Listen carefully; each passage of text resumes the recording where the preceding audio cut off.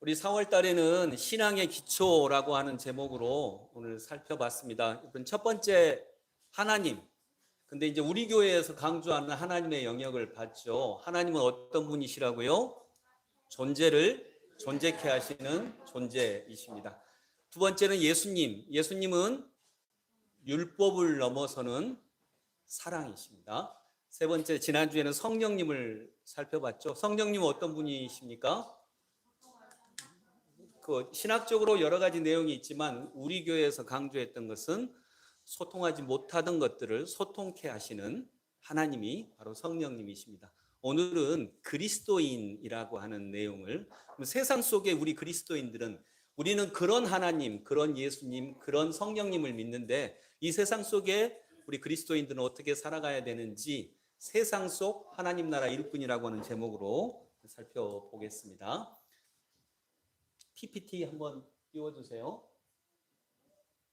네, 넘겨주시고. 여러분 학교 다닐 때 중요 과목이 뭐예요? 저한테 중요 과목은 체육, 그 다음에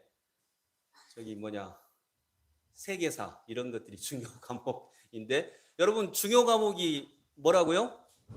국어, 영어, 수학. 예. 그래서 공부 못한다 그러면 국영수 못하면 공부 못한 거예요. 네. 저는 국영수 빼놓고 국어는 잘했어요. 근데 영어 수학 빼놓고 그럭저럭 잘했거든요. 그렇지만 영어 수학을 못하니까 공부를 별로 못한 거죠. 근데 여러분 그거 혹시 생각해 보셨어요? 왜 국영수가 중요 과목이에요?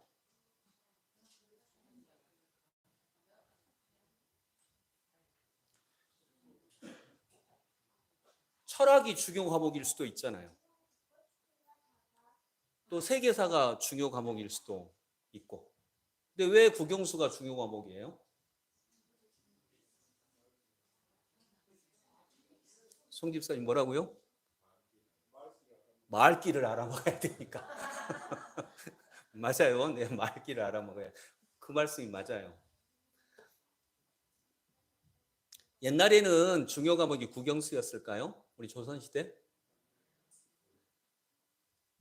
우리 조선시대만이 아니라 서양은요. 서양은 중세 때, 고대 때 중요 과목이 뭐였을까요? 논리, 수사학, 철학, 또 신학도 거기에 분명히 들어갔고요. 국영수가 언제부터 중요 과목이 됐죠?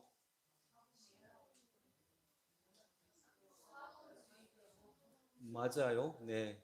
산업혁명 이후부터예요. 그 전에는 국영수는 전혀 중요 과목이 아니었어요. 산업혁명 이후부터 왜 국영수가 중요 과목이 됐을까요?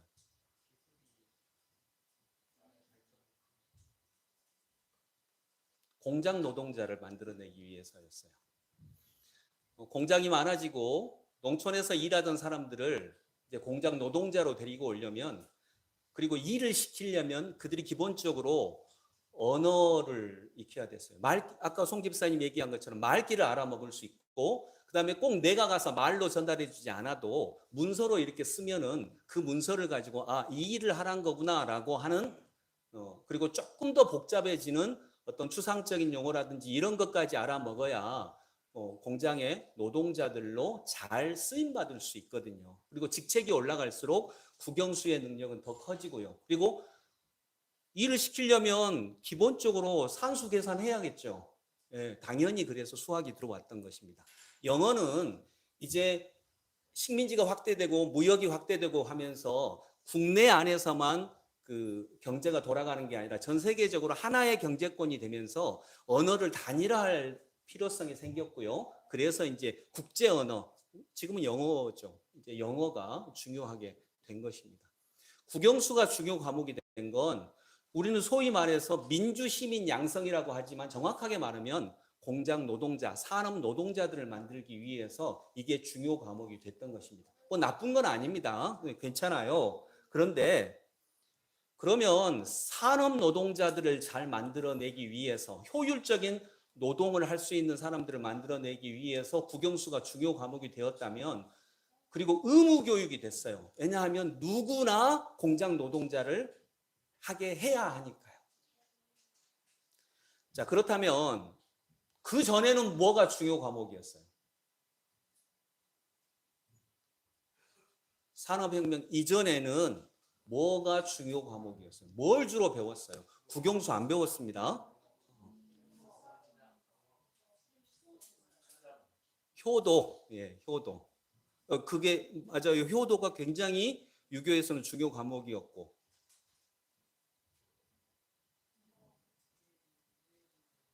우애를 배우고, 인간관계 능력을 배우고, 서로 소통하는 능력을 배우고 이랬죠. 그래서 여러분 산업혁명 이전에는요, 음, 사람을 어떻게 사람과 관계 맺을 것인가 이런 것들을 배웠어요. 즉 인간관계 능력을 배웠던 거죠. 쉽게 얘기하면 유교에서 말하는 인 이것이 뭐예요? 나 혼자 잘 먹고 잘 사는 건가요? 나 혼자 하는 건가요? 인이라고 하는 건 반드시 상대가 있는 거거든요. 기독교의 사랑 마찬가지예요. 혼자 사랑할 수 있나요? 상대가 있는 거예요. 불교의 자비, 또 서양에서는 철학, 철학도 본질적으로 인간관계하고 연결이 되어 있죠. 논리학, 수사학, 수사학은 뭐 수학이 아니고요. 그 논리력이라든지 말을 설득력 있게 하는 그런 기술들을 얘기하는 것입니다. 말을 설득력 있게 한다, 논리 있게 한다. 즉 이것은 누구를 설득하기 위해서예요? 상대를 설득하기 위해서였어요. 그래서 설득은 힘입니다. 표를 주라고 하는 것도 설득이죠. 내가 이 사람에게 일을 시키고 싶은데 그러려면 강제로 시키는 것보다는 내가 언변으로 설득을 해서 아 그러네요. 이걸 진짜 하는 게 중요하네요 하고 그 사람의 자발성을 이끌어내는 게 훨씬 더 중요하거든요. 그래서 일단 중세 이전에는요. 기본적으로 그 교육은 뭐냐면 리더 교육이었어요. 왜냐하면 중세 산업혁명 이전에는 교육을 받는 사람 자체가 전체 인구 중에 5% 정도밖에 되지 않았어요. 그러면 그 사람은 자연스럽게 리더가 될 수밖에 없는 것입니다. 그래서 이건 리더 교육이었어요. 리더 교육. 산업혁명 이전의 교육은 자연스럽게 리더 교육이었어요. 그리고 교육받은 사람은 교육 못 받은 사람들을 데리고 함께 공동의 목표를 향해서 나아가게 하는 자연스럽게 리더가 될 수밖에 없었던 거죠. 그래서 리더 교육은 한마디로 얘기하면 두 가지인데 이거예요. 자기 관리 능력, 인간관계 능력이에요. 인간관계를 어떻게 해나갈 것인가? 그들과 이 다른 사람과 어떻게 한마음 한뜻이 되어서 걸어갈 것인가? 인간관계 능력이고 두 번째는 그런 일을 해나가는 데 있어서 너무나도 많은 난관과 어려움이 있는데 그때 내가 목적을 향해서 힘있게 밀고 나가는 자기 관리 능력, 자기 관리를 어떻게 할 것인가? 이 능력이 리더 교육의 핵심이었던 것입니다. 그것이 이제 리더 교육이었는데 자 그러면 이제 의무 교육이 되고 산업화 시대 이후에 국영수가 중요하게 되면서 이전에 산업혁명 이전에 배웠던 그 리더 교육, 자기 관리 능력, 인간관계 능력 이건 어디로 갔을까요?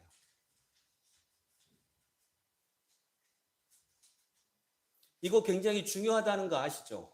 아주 중요합니다. 근데 이게 어디로 갔을까요? 이게 현대교육에는 의무교육에는 빠져 있습니다. 이게 바로 소통의 능력이고 자기를 알고 남을 알고 이런 능력인데 이런 소통의 능력이 빠져 있어요. 이게 어디로 갔냐면 가정으로 들어갔어요. 각각의 가정으로 들어가서 자연스럽게 부모를 통해서 배울 수 있는 영역으로 들어갔고 그리고 그 중에서도 전문적인 영역, 수사학이라든지 철학이라든지 논리학이라든지 뭐 이런 부분들, 인간관계 능력 이건 요즘에 자기계발서라고 하는 영역으로 들어갔고 돈을 내고 따로 배워야 해요. 근데 이것이 좀 마음이 아픈 게 있어요. 자, 여러분. TV 보면 재벌들은 전부 다 나쁜 놈이죠. 아니, 드라마 보면, 현실 말고 드라마 보면 재벌들은 전부 다 나쁜 놈이야. 근데 이게 통치 기술입니다. 그렇게라도 해야 재벌한테 집중적인 공격이 나오지 않아요. 거기서 우리들은 드라마를 보면서 지배자들, 재벌들 이렇게 뭐 욕하면서 내가 좀 그래도 야, 내가 저 사람보다는 낫지 이렇게 생각할 수 있게 되는 거예요. 근데 그것마저 막아버리면 이제 진짜 혁명이 일어나거든요. 그래서 그건 터놓는 거예요. 욕 마음껏 해. 괜찮아. 욕 마음껏 해. 근데 드라마 보고 나면 그 다음에 뭐 나오죠? 광고 나와요. 광고에서 뭐 팔아요? 재벌들 물건 팔죠. 그리고 우리는 그걸 다시 사서 그들의 배를 늘려주고 통치 영역 속으로 이렇게 들어가게 되는 거죠.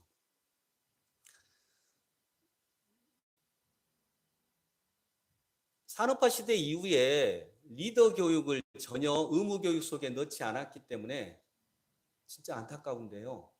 여러분 주변에 볼 때 정말 제가 직장 예배를 가는데 직장 예배 가보면 이렇게 고등학교를 막 졸업하고 군대 대신 직장에서 몇 년 동안 근무를 하면 군대 대신 이렇게 군필을 인정을 해주는 그런 친구들이 있는데 그 친구들이 다 결손가정 아이들이에요. 그 아이들 말 예쁘게 할까요? 관계 능력 좋을까요? 자기 관리 능력 좋을까요? 예의 바를까요?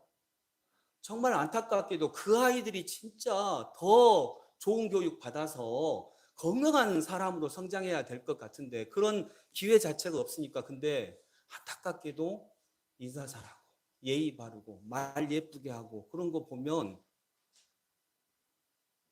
부잣집 아이들이 더 많아요. 이게 당연한 것 같지만 너무 가슴이 아픈 현실이에요. 물론 예외 조항이 있습니다. 당연히 예외는 있어요. 그러나 일반적으로 그렇다는 거예요. 그러면 이게 진짜 마음이 아파요. 그리고 그런 조금 어려운 집안의 아이들이 보면 그 아이들하고 이렇게 얘기를 나누고 하다 보면 말도 거칠고 너무 자기중심적이고 그러다 보니까 정말 그 아이들을 돕고 싶고 봉사하고 싶은 마음으로 다가간다 할지라도 이게 오래 버티지 못하는 경우가 많이 있어요. 한 번도 배워본 적이 없거든요. 자기 관리 능력, 인간관계 능력을 배워본 적이 없어요. 그래서 그 친구들은 갈등이 되게 많아요. 누구하고 만나든지 갈등이 있고요. 그 갈등을 넘어서지 못하고요.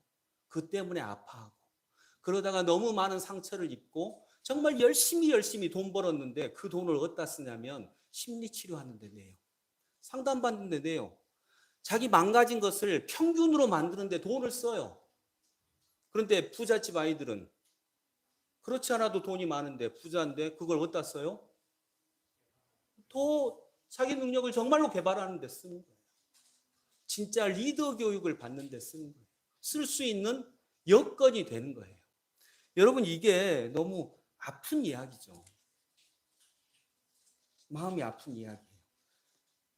소통의 능력이 결국 리더 교육인데 이 소통의 능력은 가정으로 감추어져 있고 그래서 가정 자체가 결손가정이거나 그러면 그걸 배울 수 있는 기회 자체가 거의 원천 차단이 되었고 그리고 이제 가정 외에 배우려고 하면 과외, 별도의 학습을 받아야 되는데 이건 돈이 너무 많이 들어요.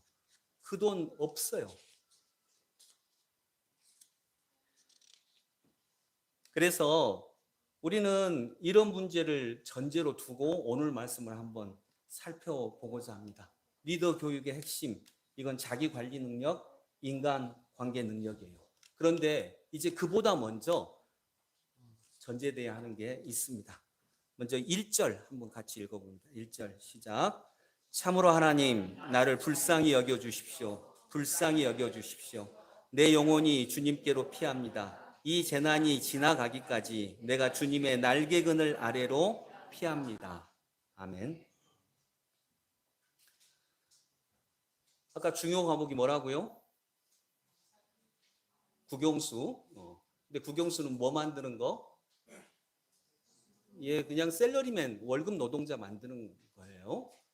그 외에 내가 정말 모든 사람과 함께 사랑하면서 또 어우러지면서 조화를 만들어가면서 이렇게 아름다운 삶을 살려면 누군가로부터 별도로 배워야 해요. 그게 1차가 가정입니다.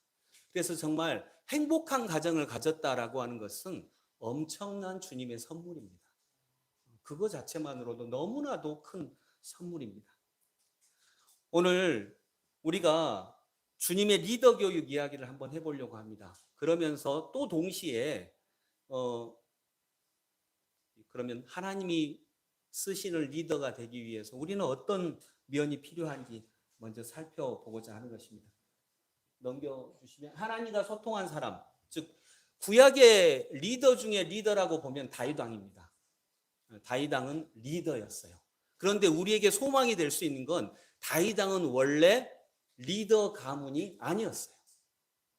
원래 리더 태생이 아니었는데 새롭게 리더가 된 사람이죠. 저는 노무현 대통령 가계도를 옛날에 한번 봤거든요. 대통령 딱 취임을 했는데 노무현 대통령 가계도가 나오더라고요. 큰아버지, 아버지, 또 자기 사촌들, 사촌 형제들 나오는데 좀 죄송한 얘기지만 그냥 표현이 그렇지만 멀쩡한 사람이 노무현밖에 없더라고요. 거기 자기 사촌 형들 나오는데 직업이 뭔 직업이 제일 많을까요? 무직이 제일 많아요. 무직. 예. 그 속에서 이렇게 나온 거였는데 그분 같은 경우는 이렇게 인간관계 능력이나 이런 것들이 나름대로 탁월했고 그걸 어떻게 이제 만들어 갔던 거죠. 근데 그런 비슷한 사람이라면 다윗이에요. 다윗은 목동의 집안에서 태어났고요. 더구나 제일 막내였어요. 그리고 그 집안 자체가 리더라고 볼 수 없는 집안이었습니다. 근데 이런 다윗이 어떻게 리더가 됐을까? 그리고 더구나 깨어진 세상 속에서 하나님과 소통하는 리더가 될 수 있었을까? 그는 그 전제가 자기 관리 능력, 인간 관리 능력 이전에 그는 하나님과 소통한 사람이었어요. 자기와 소통하고 하나님과 다른 사람과 소통하기 이전에 하나님과 소통한 사람이었다라고 하는 것입니다. 네, 넘겨주시면 다윗을 통해서 볼 때 리더 교육, 하나님의 리더 교육의 첫 번째는 읽어봅니다. 시작. 하나님의 해석. 1절 말씀 보면 지금 다윗은 어디에 있어요? 동굴 속에 있습니다. 동굴 속에. 왜 동굴 속에 있어요? 그 당시에 왕이 사울이었어요. 사울 왕이 다윗을 죽이려고 했어요. 자기보다 인기가 높으니까. 국민들이 다윗을 더 좋아하니까 야, 이러다가 다윗이 나보다 인기가 높으면 안 되겠다 해서 다윗을 죽이려고 했어요. 그래서 20살부터 30살 그 젊은 나이 20살부터 30살 그 피가 끓는 젊은 나이에 10년 동안 다윗은 지금으로 말하면 수배 생활을 합니다. 막 도망 다니는 거예요. 왕이 죽이려고 쫓아다니는데 이 수배 생활이 얼마나 힘들었겠어요. 그것도 10년을. 그래서 그는 결국 마지막에는 굴 속으로 들어갑니다. 동굴 속으로 들어가서 거기서 숨어서 살아갑니다. 그런데 오늘 표제를 보니까 다윗은 지금 분명하게 동굴 속에 도망가 있는데 자기는 1절에 보니까 자기는 어디로 숨었다고요? 내가 주님의 날개그늘 아래로 피합니다. 이렇게 얘기하고 있어요. 나는 동굴 속에 있는 게 아닙니다. 나는 주님의 날개그늘 아래로 피하고 있습니다. 라고 하는 해석을 하는 거예요. 그는 해석의 능력이 있었어요. 더구나 하나님이 주시는 해석의 능력이 있었다라고 하는 거죠. 여러분, 우리에게 영향을 미치는 것은 내게 어떤 일이 일어났다 이 일이 아니라 이 일이 이렇게 해석되는 게 그 해석이 내게 영향을 미칩니다. 근데 일은 내가 좌우할 수 없는데 해석은 내가 좌우할 수 있거든요. 어떤 사람이 알코올 중독에 걸렸대요. 그래서 근데 이 사람이 이제 교회를 다니기 시작을 하니까 목사님이 술을 끊기 위해서 한번 와보세요. 그래서 알코올 중독자 불러가지고 실험을 했답니다. 알코올에다가 벌레를 한 마리 딱 넣었대요. 그러니까 벌레가 꾸물꾸물 거리다가 알코올에 죽어버렸대요. 그러니까 이 뭘 보여주려고 했던 거죠? 알코올이 이렇게 몸에 안 좋다. 이제 이걸 보여주려고 벌레를 집어넣어 가지고 이렇게 했는데, 그래서 목사님이 이제 근엄하게 물었습니다. 성도님, 이걸 보시고 무슨 생각이 드십니까? 라고 했어요. 그러니까 예, 목사님, 제가 목사님의 뜻을 알겠습니다. 혹시 제 몸속에 벌레가 있으면 술로 죽이라는 말씀이거든요. 이렇게 얘기를 했대요. 완전히 해석을 잘못한 거죠. 이렇게 해석을 하면 안 되고요. 정말 하나님의 뜻 안에서 해석을 해야죠. 그는 지금 굴 속에 있어요. 그런데 굴 속에 있다고 여기지 않아요. 나는 하나님의 날개그늘 아래로 피해 있습니다. 바울 사도님도 그랬죠. 감옥 속에 있는데 어디에 있다 그래요? 항상 나는 하나님 안에 있습니다. 이렇게 얘기해요. 이게 해석이에요. 또 요셉은 형들이 나를 팔았는데 형들이 나를 팔았다고 해석하지 않죠. 하나님이 나를 먼저 보내셨어요. 뭐 하러? 형들 구원하라고. 이렇게 해석을 해요. 이 해석이 요셉을 리더로 만든 것입니다. 그래서 리더는 해석이 다릅니다. 다음 두 번째로, 이게 아둘람 굴이에요. 조그만 굴이 아니에요. 이게 그 성지순례를 가보면 아둘람 굴입니다. 이 굴에서 400명이 같이 살았거든요. 그래서 이게 이제 아둘람 굴이고요. 리더 교육 두 번째 한번 볼까요? 같이 읽습니다. 하나님의 리더 교육 2, 하나님의 훈련. 1절 다시 한번 또 봐볼까요? 1절 다시 한번 읽습니다. 참으로 하나님, 나를 불쌍히 여겨주십시오. 불쌍히 여겨주십시오. 내 영혼이 주님께로 피합니다. 이 재난이 지나가기까지 내가 주님의 날개그늘 아래로 피합니다. 아멘. 자, 지금 다윗은 어디 있다고요? 아니, 실제로 동굴 속에. 뭐 때문에? 사울이 죽이려고 하니까. 사울이 다윗하고 개인적으로 누구예요? 장인 어른이에요. 장인 어른. 저희 장인 어른이 막 나를 죽이려고 쫓아다니면 얼마나 힘들겠어요. 장인 어른이 죽이려고 쫓아다녀요. 아둘람 있었던 굴이 아둘람 굴이에요. 아둘람 굴. 아둘람이 뭔 뜻일까요?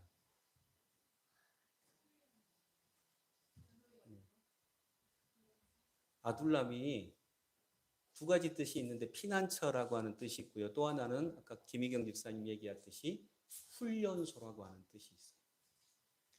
그러니까 내가 아둘람굴에 피했습니다. 이 말은 나 목숨 하나 건지려고 어떻게든 살아보려고 지금 동굴 속에 피했습니다. 이 말이 아니에요.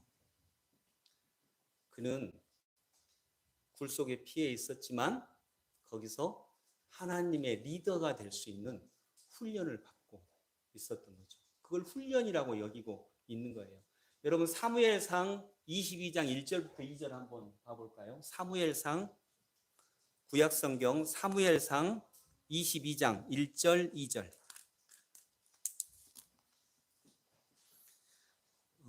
페이지는 좀 다른데요. 세번역 성경으로 402페이지 근처 한번 봐보세요. 사무엘상 22장 1절 2절.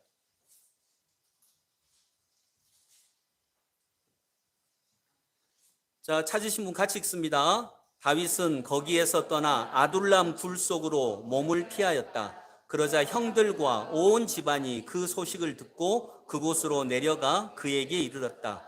그들뿐만이 아니라 압제를 받는 사람들과 빚에 시달리는 사람들과 원통하고 억울한 일을 당한 사람들도 모두 다윗의 주변으로 몰려들었다. 이렇게 해서 다윗은 그들의 우두머리가 되었는데 400여 명이나 되는 사람들이 그를 따랐다. 아멘. 자, 여러분 이 아둘람 굴은 훈련소였어요. 다윗만 훈련이 한 게 아니라 억울한 사람들, 원통한 사람들, 또 다윗을 죽이려고 하니까 다윗과 같이 그의 형제들도 전부 다 죽이려고 했겠죠. 그래서 그의 형제들, 친척들, 빚진 자들, 여러분 여기에 다 해당되는 거 있죠. 압제를 받는 사람들, 빚에 시달리는 사람들, 원통한 사람, 억울한 사람. 딱 보니까 빚에 시달리는 사람이 제일 많네. 나도 그렇고 다 은행빚에 시달리잖아요. 다 시달려요. 원통한 사람들, 억울한 사람들, 압제를 받는 사람들. 근데 여기에 저는 소망이 있다고 봐요. 이 사람들이 아까 왜 중요 과목이 국영수일까? 거기에 해당되는 사람이에요. 리더 교육을 못 받은 사람들, 리더로 태어나지 못한 사람들, 이런 사람들. 그런데 그들이 함께 모였고 그곳에서 아둘람굴이 다윗왕국을 창출하는 산실이 되었습니다. 다윗왕국의 유수한 많은 다윗왕국의 건국자들이 이 400명 가운데 다 나왔거든요.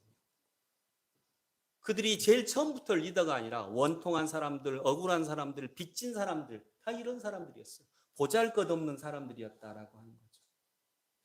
다윗과 그의 무리 400명은 그 열악한 동굴에서 생활하면서 오히려 힘을 기르고 꿈을 키우며 시대의 새벽을 깨우겠노라는 비전을 길러서 실제로 10년 후에 다윗 왕국의 건국자들이 되는 은혜를 누리는 거죠. 이게 훈련입니다. 여러분, 그래서 우리 가정에서부터 우리 자녀들을 정말 훈련하고 또 교회에서 훈련하고, 우리 교회가 이런 리더 교육을 시키면 좋겠어요. 근데 그건 뭐 저 혼자 할 수 있는 일도 아니고 우리가 함께 협력하고 방향을 잡고 이렇게 나가야 되겠죠. 그는 정말 훈련 받았어요. 특별히 리더 교육을 받았어요. 그 증거가 뭐냐? 나중에 다윗이 수배 생활을 하는 도중에 사울을 죽일 기회가 2번 옵니다. 진짜 금방 죽일 수 있어요. 기회를 얻었거든요. 근데 해석을 이렇게 할 수도 있어요. 와, 하나님이 이 사울을 죽이고 나보고 왕이 되라고 할 수 있었구나. 이렇게 해석을 하면 죽였죠. 근데 다윗은 어떻게 했죠? 하나님이 기름 부어 세운 종을 내가 함부로 할 수 없다라고 하고 2번이나 사울 왕을 죽이지 않아요. 그 대신 자기는 몇 년도 수배 생활을 해요. 그 고통의 시간을 가는 거죠. 이걸 보면 이게 쉽게 있는 마음이 아니죠. 이걸 통해서 우리가 다윗이 뭘 받았다는 걸 알 수 있죠. 훈련받았다고 하는 걸 알 수 있어요. 하나님과 소통의 능력이 있었고 또 사람과 소통의 능력이 있었고 시대와 소통의 능력이 있었다라고 하는 것을 알 수 있는 거죠. 분노에만 머물지 않았어요. 그리고 이 분노를 창조적 에너지로 사용을 한 거죠. 여러분, 사람에게 있어서 가장 센 에너지가 뭘까요?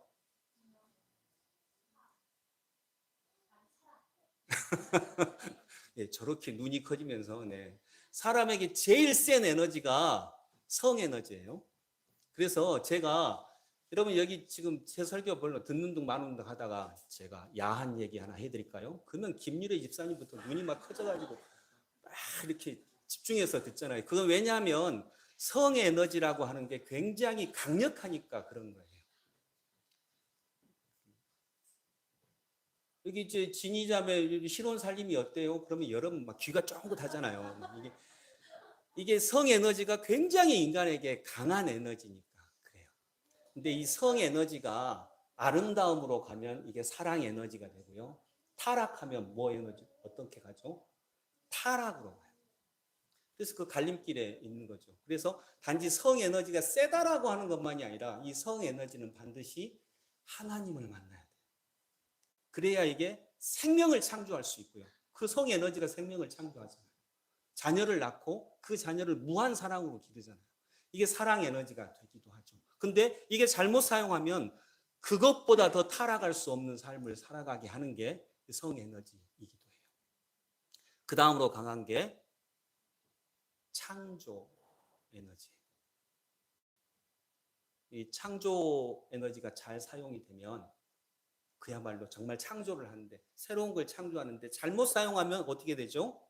이게 분노로 가요. 그래서 창조 에너지가 아니라 그 다음으로 센 게 화 에너지예요. 분노하죠. 분노 에너지예요. 그래서 우리 모두가 다 일이 안 될 때 분노하잖아요. 여러분 저는 수줍어서 잘 말도 못해요 하는 사람도 성질은 잘 내잖아요. 성질은 에너지가 세요. 그래서 에너지가 세다는 게 어떤 증거냐? 제가 여기서 그거 집중 좀 해요 이렇게 성질 내면 졸다가도 금방 보거든요. 이게 왜냐하면 화 에너지가 세니까 그래요. 그런데 이 화 에너지가 그리스도를 만나고 복음을 만나면 창조로 가고요. 그렇지 않으면 파괴로 가요. 그래서 분노하면 파괴하잖아요. 근데 그거보다 더 센 게 있어요. 그게 어쩌면 사랑이에요. 아까 이제 성에너지하고 비슷한데, 여러분 저번에도 제가 예를 하나 들었는데, 제가 이렇게 설교하고 있는데 진짜 제가 지금 진리의 말씀을 선포하고 있습니다. 막 적어요. 진리의 말씀. 1.1획도 틀림이 없는 진리의 말씀을 선포하고 있는데, 여기 소미가 이제 엄마하고 있기가 지루하고 힘들어서, 엄마가 자기 사랑 안 해주니까 지루하고 힘들어서 이렇게 가면서 막 활짝 웃어요. 소미가 활짝 웃으면서 아장아장 걸으면서 저 뒤쪽으로 간다. 그러면 여러분 설교 들을래요? 소미 볼래요? 다 소미 봅니다. 왜요? 진리 에너지보다 사랑 에너지가, 이 소미가 아이들이 아장아장 걷는 아이들의 예쁨이 품는 에너지가 훨씬 더 크니까 그래요. 비교가 안 되는 거예요. 그래서 여러분 부부 관계도 마찬가지죠. 내가 진리 에너지를 사용하지 말고, 진리 에너지가 뭐예요?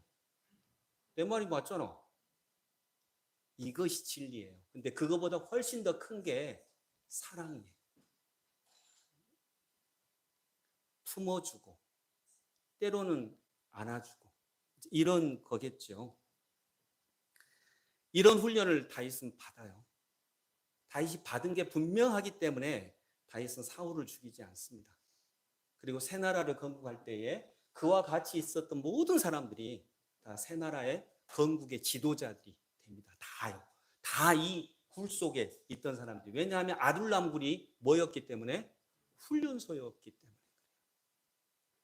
그래서 아둘람 굴은 피난처이기도 하고요. 수배 생활의 장소이기도 하고, 얼마나 힘들었겠어요. 얼마나 처참하고 그의 삶이 얼마나 어려웠겠어요. 그러나 그 어려움에만 빠지지 않고 그는 거기서 훈련합니다. 그리고 그 훈련을 통해 다윗은 리더가 됩니다. 왕이 되죠. 나중에 사울의 뒤를 이어서 왕이 됩니다. 훈련받는다라고 하는 말은 훈련이니까요. 지금 훌륭하지 않아요. 지금 훌륭하지 않으니까 훈련을 받죠. 그러나 훈련을 통해서 훌륭해집니다. 누가복음 19장에 문화 비유를 볼 때도요. 문화를 다 나눠줬는데 열 문화를 이렇게 나눠준 사람이 정말 그걸 장사를 잘해서 열 문화를 남겼어요. 그러면 어떻게 하죠? 이 문화 비유는 달란트 비유하고 좀 다릅니다. 문화 비유, 여러분 눈이 달란트 비유 말고 그런 게 또 있었어? 이제 이렇게 되면 좀 시각합니다. 그 문화 비유는 10달란트를 남겼는데 10달란트를 주는 게 아니라요. 10곡을 다스리는 권세를 주겠다. 이렇게. 이게 상이에요. 그러니까 문화를 더 주는 게 아닙니다. 다스리는 권세, 즉 리더가 되는 권세를 주십니다. 그래서 리더 교육의 두 번째는 하나님의 훈련이죠. 훈련받아야 됩니다. 그 훈련은 가정에서부터 시작이 되는데, 가정에서 받을 수 없는 우리 그 아둘람 굴에 있는 것과 같은 마음이 원통하고 가난하고 빚지고 속이 상한 자들, 슬픈 자들, 이런 분들이 어떻게 그 슬픔 에너지를, 그 슬픔을 창조적인 에너지로 사용할 수 있을까? 이걸 우리가 교회에서 함께 서로 좋은 영향을 주고받으면서 그게 훈련으로 승화될 수 있도록 하는 은혜가 있기를 원합니다. 자, 세 번째로 하나님의 리더 교육 같이 읽습니다. 좋은 소식을 전합니다. 네. 그러면 훈련을 받을 때 무슨 훈련을 받아야 될까? 이 7절, 8절 같이 읽어봅니다. 7절, 8절 시작. 하나님, 나는 내 마음을 정했습니다. 나는 내 마음을 확실히 정했습니다. 내가 가락에 맞추어 노래를 부르겠습니다. 내 영혼아 깨어나라. 검은고야 수구마 깨어나라. 내가 새벽을 깨우련다. 아멘. 제가 개역 개정판으로 읽어드릴게요. 아마 유명한 구절이라서 다 들어보셨을 거예요. 하나님이여 내 마음이 확정되었고 내 마음이 확정되었사오니 내가 노래하고 내가 찬송하리이다. 내 영광아 깰지어다. 비파야 수구마 깰지어다. 내가 새벽을 깨우리로다. 아멘. 훈련받아야 하는데 무슨 훈련을 받냐? 복음을 전하는 훈련, 복음을 전하는 훈련을 받아야 합니다. 뭘 전하는 훈련 받아야 된다고요? 복음을 전하는 훈련. 복음이 뭐예요? 좋은 소식. 좋은 소식이 뭐예요?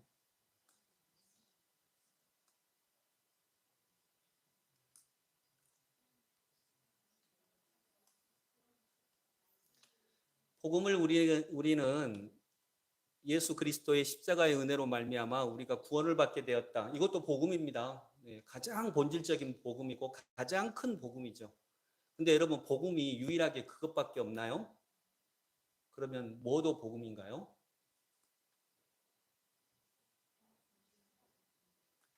복음은 굿 뉴스예요. 좋은 소식.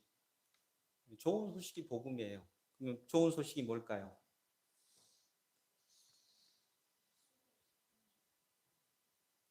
근데 그냥 좋은 소식이에요. 네. 네, 좋은 소식이 아까 해석의 능력이라 그랬죠. 좋게 해석하는 거예요.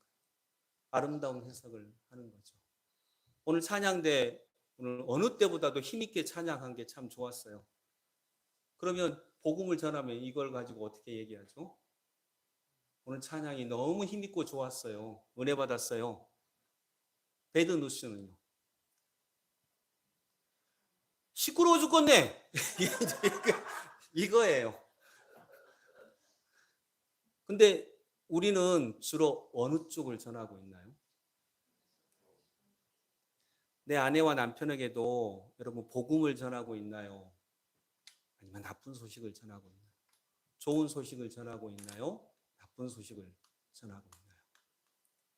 그래서 우리가 훈련 받아야 된다면 좋은 소식을 전하는 훈련을 하는 것입니다.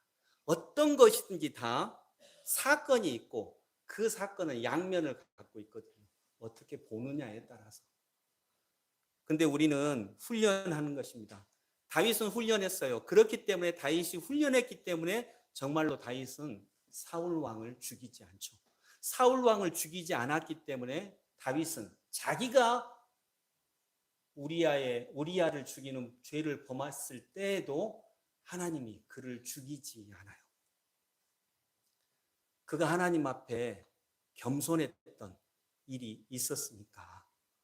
그래서 여러분 정말 우리가 이제 전도주일 앞에 두고 기억해야 되는 것, 정말 우리가 복음을 전하기 원합니다. 하나님이여 내 마음이 확정되었고 내 마음이 확정되었사오니 다윗은 결심했다는 거예요. 다윗은 딱 결심했어요. 어떻게 하기로? 내가 노래하고 내가 찬송하겠습니다. 이러기로 결정을 했어요. 그런 마음을 먹었다라고 하는 것입니다. 그러면서 내 마음이 확정되었고 내 마음이 확정되었사오니 내가 마음 먹었습니다. 내가 결심했습니다. 뭘 결심을 했냐? 나는 노래하고 내가 찬송하기로 결심했습니다. 내 영광아 깰지어다 비파야 수구마 깰지어다 내가 새벽을 깨우리로다. 내가 이렇게 결심하고 찬양하는 삶을 살아갈 때에 내 새벽이 깨어날 것입니다. 새벽은 어두움이기도 하고 밝음이기도 해요. 새벽이 거룩한 시간인 것은 이 두 개가 중첩되어 있기 때문에 그래요. 어둠으로 갈 수도 있고 밝음으로 갈 수도 있고. 그래서 새벽은 거룩한 시간. 근데 그 새벽을 깨워내겠다는 거예요. 뭘로? 힘으로? 무력으로? 아니고 찬양으로, 감사로. 내가 그러기로 확정했다라고 하는 거죠. 그 거룩한 시간을 우리는 그렇게 지내야 되는 거죠. 여러분, 청소년은 어른이에요, 애기예요? 둘 다죠. 그래서 청소년 시기가 굉장히 중요합니다. 거룩한 시간이에요. 그래서 이때 복음을 전하는 것, 이 청소년들에게 복음을 전하는 게 그래서 중요한 것입니다. 입술은 내장이에요, 피부예요?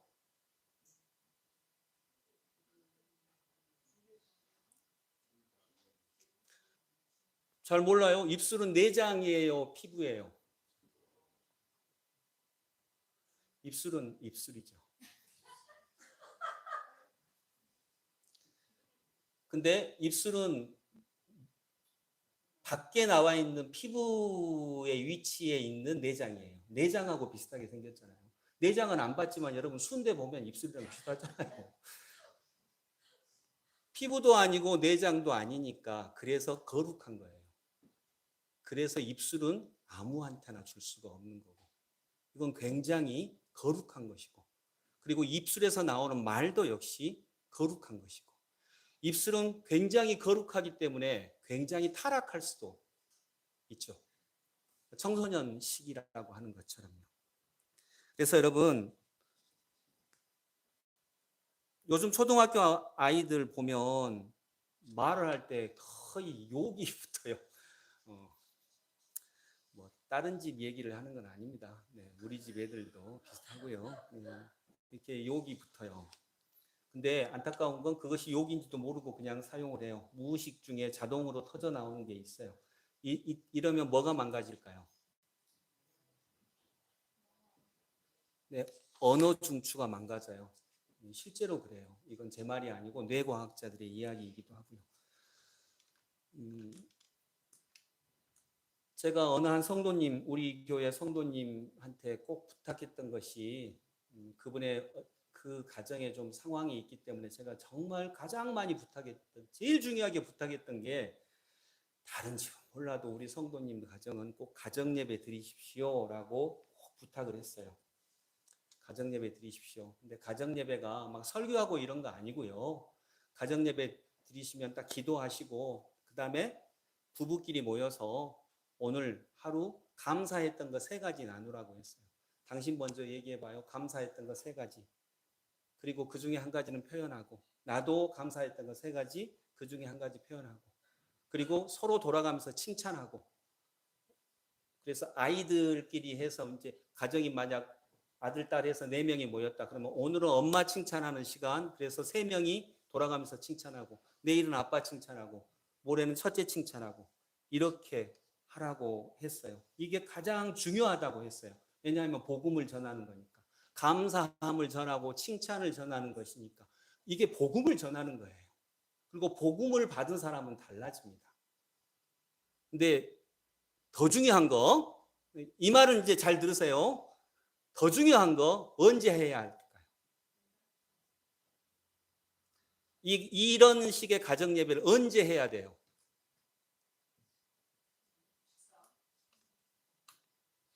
식사 후에요. 뭐 그것도 좋죠.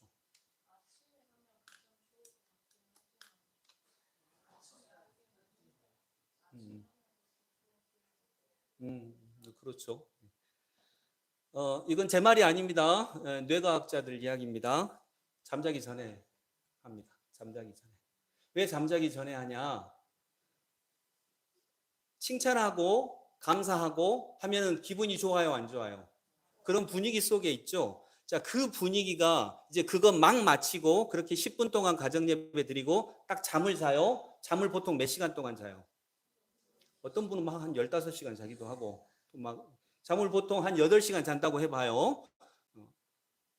8시간 자면 그 칭찬하고 감사했던 그 분위기 속으로 뇌는 8시간 동안 그대로 있어요. 이건 그 과학자들의 연구 결과예요. 그러니까 나는 10분 동안 가정 예배를 칭찬과 감사로 드렸는데 뇌는 그것을 8시간 동안 내내 감사와 칭찬 속에 있는 것으로 판단을 하는 거예요. 그래서 반드시 가정 예배는 잠자기 전에 드리시고 잠자기 전에 한 다음에 이제 잠이 안 오니까 또 TV 켜가지고 또 어디 범죄 수사물 한번 보고 그러면 어떻게 될까요? 소용없어요. 범죄 수사물 그 끔찍한 막 이런 것들이 또 8시간 동안 지속이 됩니다. 그래서 범죄 수사물 이런 것은 미리 보고 안 볼 수 없으니까 미리 보고 잠자기 전에 반드시 가정예배를 그런 식으로 드리고 그리고 또 그때 가정예배 드리긴 드렸는데 애들한테 너 인생 그렇게 살면 안 돼. 이제 이러면 이제 그게 이 꾸중받은 느낌이 8시간 동안 그대로 지속이 되는 거예요. 감사와 칭찬을 나누고 그리고 그대로 잠에 들면 8시간 동안 뇌는 감사와 칭찬 계속 듣는 것과 동일한 역할이 되고요. 그러면 아까 제가 말했던 이 아이들이 그냥 욕을 입에 달고 살던 아이들, 그들은 뇌가 언어 중추가 파괴까지는 아니어도 욕하는 쪽으로 훨씬 발달돼 있거든요. 이게 서서히 고쳐지기 시작해요. 진짜로 고쳐져요. 그래서 어떤 사건이 있을 때 이 사건을 부정적으로 해석하고 긍정적으로 해석할 수 있는데, 항상 부정적으로 해석하던 그 경로가 딱 놔 있는데 이걸 고쳐야 되잖아요. 좋게 해석하고 정말 복음으로 해석하고, 이게 얼마나 걸릴까요? 이걸 바꾸는데. 그렇게 잠자기 전에 10분간 가정 예배를 드리면 얼마나 걸릴까요? 이것도 역시 제 말이 아닙니다. 과학자들의 연구 결과입니다. 석 달이면 됩니다. 잠자기 전에 석 달이면 정말로 됩니다. 그때는 이제 어떤 사건이 일어나면 자동적으로 긍정적으로 해석이 되는 거예요. 감옥 안에, 굴 속에 있을지라도 아니야, 이건 하나님의 날개 그늘 아래에 있는 거야 라고 자동적으로 해석이 되는 거예요. 그래서 여러분, 그런 가정 예배를 꼭 드리시기 바라고, 일단 저부터 드리고, 근데 꼭 잠자기 전에 드리세요. 성질 안 내고 살 수는 없잖아요, 사람이. 성질을 내려면 언제 내야 돼요? 해 떠 있을 때 내세요.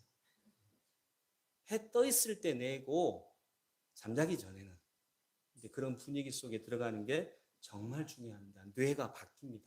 정말 뇌가 바뀝니다. 그런데 제일 안 좋은 게 잠자기 전에 자극적인 영상을 보고 자는 거예요. 그건 정말로 뇌가 녹아요. 예, 표현이 그렇지만 진짜로 녹아요. 그쪽 계통이 녹는다는 거예요. 긍정적으로 보고 아름답게 해석하고, 이게 정말 사라지기 시작을 하는 거예요. 하나님을 못 만나는 거죠. 복음이 없어지는 거예요. 말씀을 맺으면서 여러분, 그러니까 저는 제일 처음에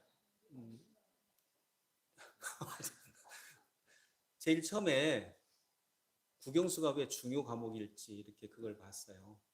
국영수가 중요 과목인 이유는 공장 노동자를 만들기 위해서요. 이게 나쁜 건 아닙니다. 뭐 공장 노동자가 나쁜 건 아니잖아요. 그거 필요하죠. 그런데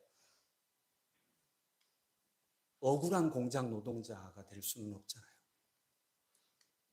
아름다운 직장, 아름다운 월급쟁이, 아름다운 공장 노동자, 정말 행복한 공장 노동자, 이렇게 살아가야 하는 거잖아요. 그러기 위해서라도 우리는 리더 교육을 받아야 되고요. 공장 노동자라도 가정에서는 리더니까요. 최고 리더잖아요. 그럼 이제 리더의 교육을 받아야죠. 그리고 정말 소망하는 것은 이게 바로 리더 교육입니다. 하나님의 해석, 하나님의 훈련, 그리고 복음을 전하는 것. 그래서 그냥 간단하게 하나 말씀드렸는데, 뭐 여러 가지가 있겠지만 가장 크게 잠자기 전 10분.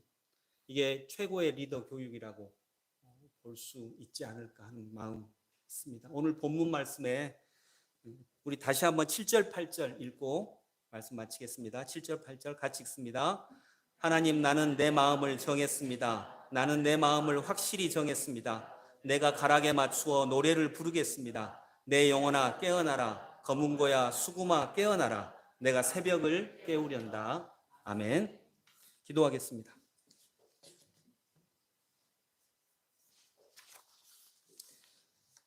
하나님, 다윗은 수배 생활 중에 고백합니다.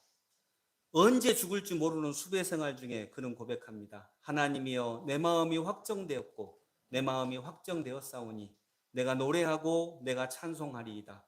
내 영광아 깰지어다. 비파야 수구마 깰지어다. 내가 새벽을 깨우리로다. 아멘.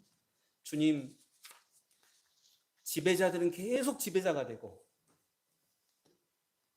피지배자들은 계속 더 나락으로 떨어지는 것 같은 이 세상 속에서 주님, 정말 하나님의 말씀으로 우리가 비록 아둘람 굴과 같은 삶을 살고 있다 할지라도 다윗에게 계셨던 하나님께서 오늘 우리에게도 계셔서 그 안에서 훈련받고 복음을 전하고 정말 리더 교육을 받아서 또 새로운 시대를 여는 리더로, 또 가정의 리더로 우뚝 설 수 있는 주의 백성들 다 되게 하여 주옵소서.